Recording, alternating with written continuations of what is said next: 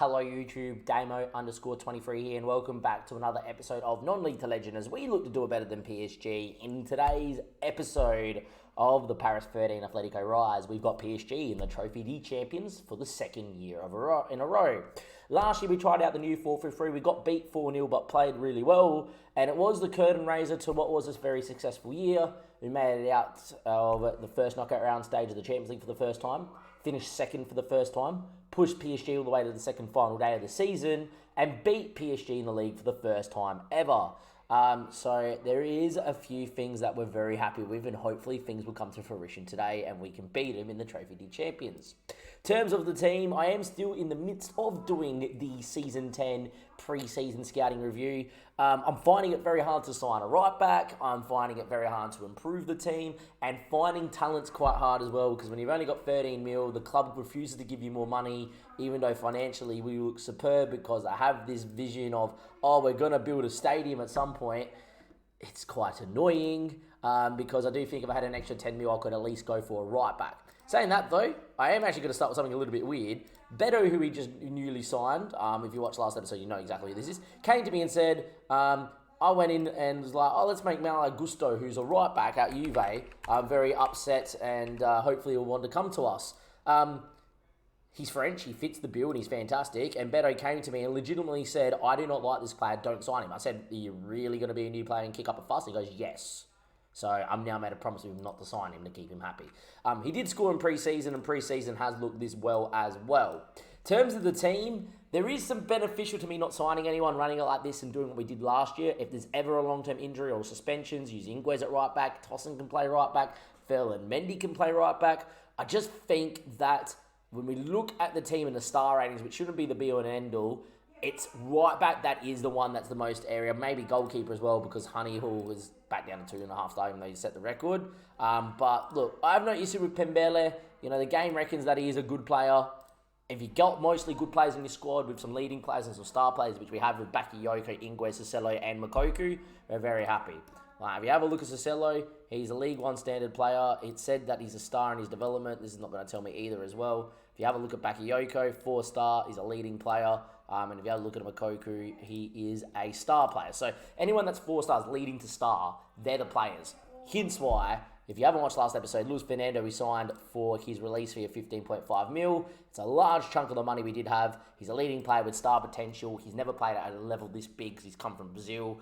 He was touted to be the next Ronaldo. I don't know if that's the thing that's to win there. Apparently he could be. Also Portuguese, which means he's not considered foreign. And, you know, I think he's going to outgrow Mel Belai. Does mean our bench is in a very good shape when everyone's here. We have loaned out Boriani, who's going to leave Katker. We did sign a guy that I didn't have a scout report. He looked fantastic to me. Apparently, at 18, he's got no potential, so we loaned him straight out. But the team looks great. If we weren't to sign anybody, we've got a backup keeper. We've got enough cover at right back. We've then got a cover in every other spot, which is fine. Salama was a guy that maybe said in a couple of episodes might look to sell. I'm actually training him to play deeper line playmaker, so we got defensive options off the bench as well. Can't really defend, but he's a great ball player.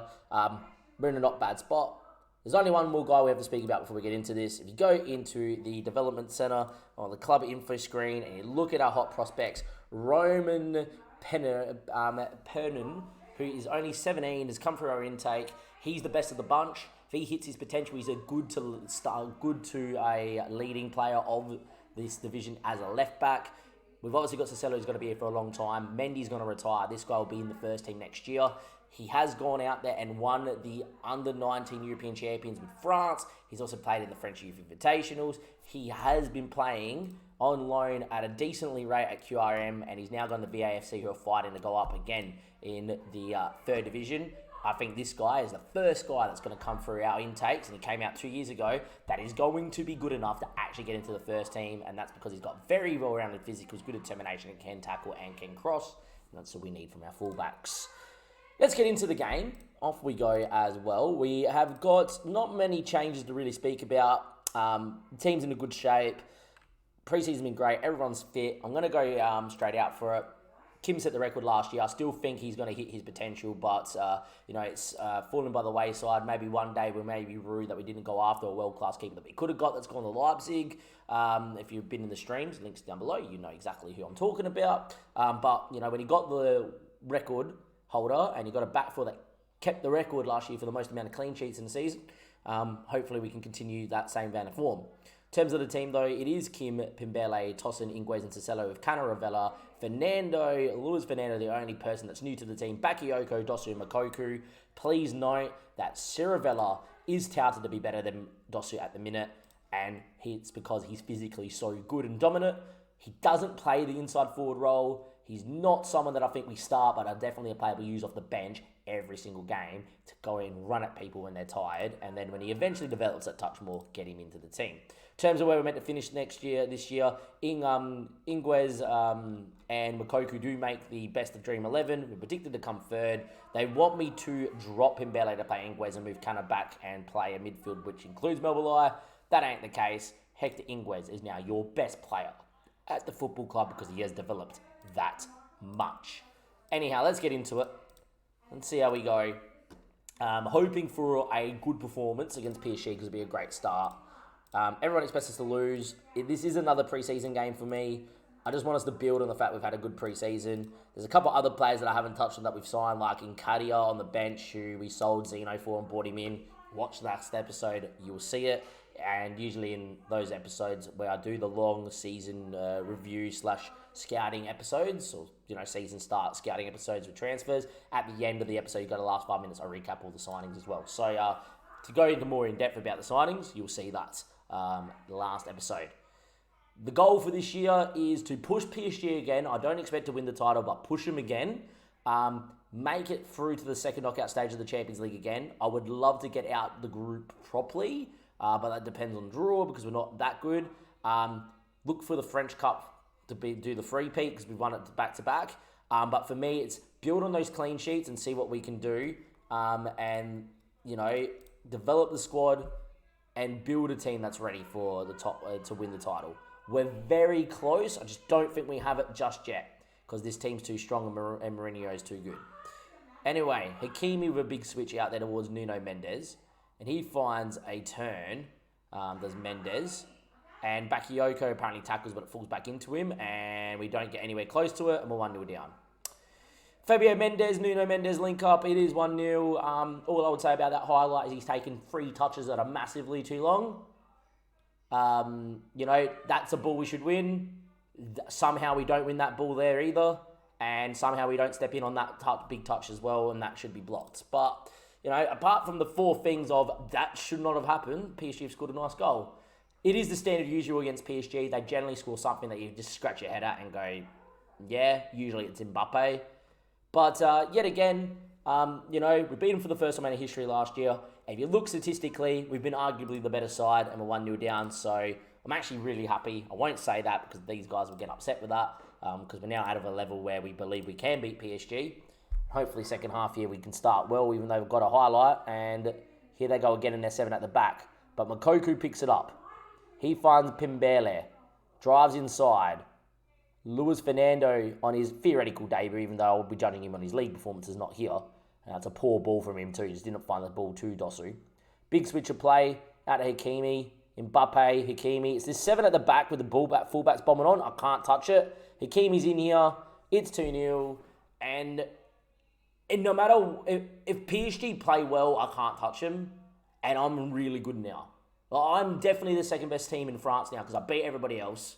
But I can't touch PSG. And it's because Mbappe, Hakimi, and the Mendes boys on the other side, no matter what you do and how we set up, and if I put my fullbacks on defensive or I go aggressive or whatever, they just run past you and finish every chance. The amount of times, we've led against PSG 5 times and Mbappe's then turned around and scored like a 5-minute hat-trick. It is really annoying. Like the last Charity champions, we've played well. We were arguably the better side last time. We lost 4-0. And you look at the stats, we have the same amount of shots, similar possession, with more actual shots in total with a better XG and we're the team 2-0 down. With that being said, I'm going to give a debut out here to Incadia. I'm also going to give Ferland Mendes some minutes on the bench.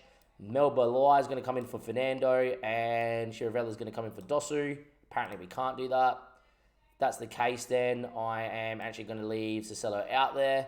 I prefer to get maybe Beto to get on and just rest Makoku. And we'll just do that and just say this game's over.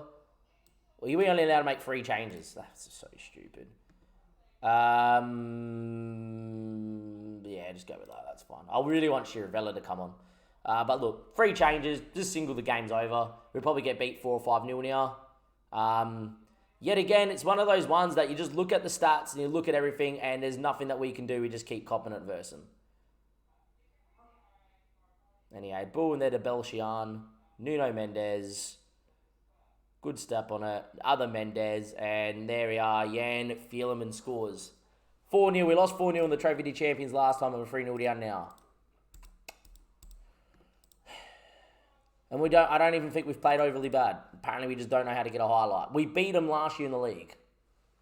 But apparently we don't know how to rock up here. So this is a poor start to the season. We had the best defence in the league. We set the most clean sheets ever in a season last year. And we're getting smacked 3-0 here.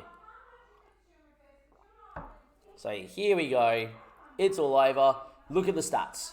All I'm going to say is, like last year, look at the stats.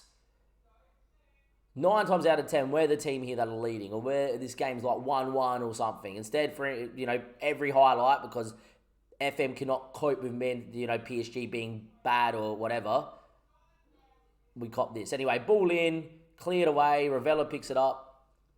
He went for goal, and that's well over the bar. But yeah, FM yet again apparently can't handle us being better than them. We've had more shots, similar amount on target. They haven't even had more than 1 XG, and it's 3-0. There we go. Not the way to start the season. Yet again, like last year, PSG slapped me in the Trophy D Champions. Hopefully that is going to mean we're going to have the same season last year where we were slightly the better side, copped it, and then we went on and ran and took them to the second to final day for the title, and we beat them for the first time in our history in the league. So, well, first time ever. It is what it is. I don't really care, whatever. We played well. I can take solace out of us playing well. Hopefully that does not come into the start of the season. But it'll be interesting to see what does go on there. Yeah, tough on the take. Where if you have a look at it, I feel like we were the better team, judging by the stats. Looking at the data hub, if we go to matches and last match, there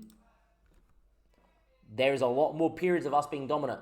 Look at the goals and where they've come. We were the better team in all 3 5-minute blocks where they've scored. The modern day FMing, I would say. Old school days we didn't have all this data. It used to be, you've had 20 shots and they've only had 2 and you've lost. Still an FMing in this modern day. This is the modern day FM23 FMing where you've been the better team. You've got it tactically pretty good. You've had better statistics and everything. And the game's just gone, they're got better reps, so they're going to score now. Fun. I'll see you guys next time for what will probably be the Champions League. This is our fixtures and probably a Champions League doubleheader. Till then, catch you then. Thank you and goodbye.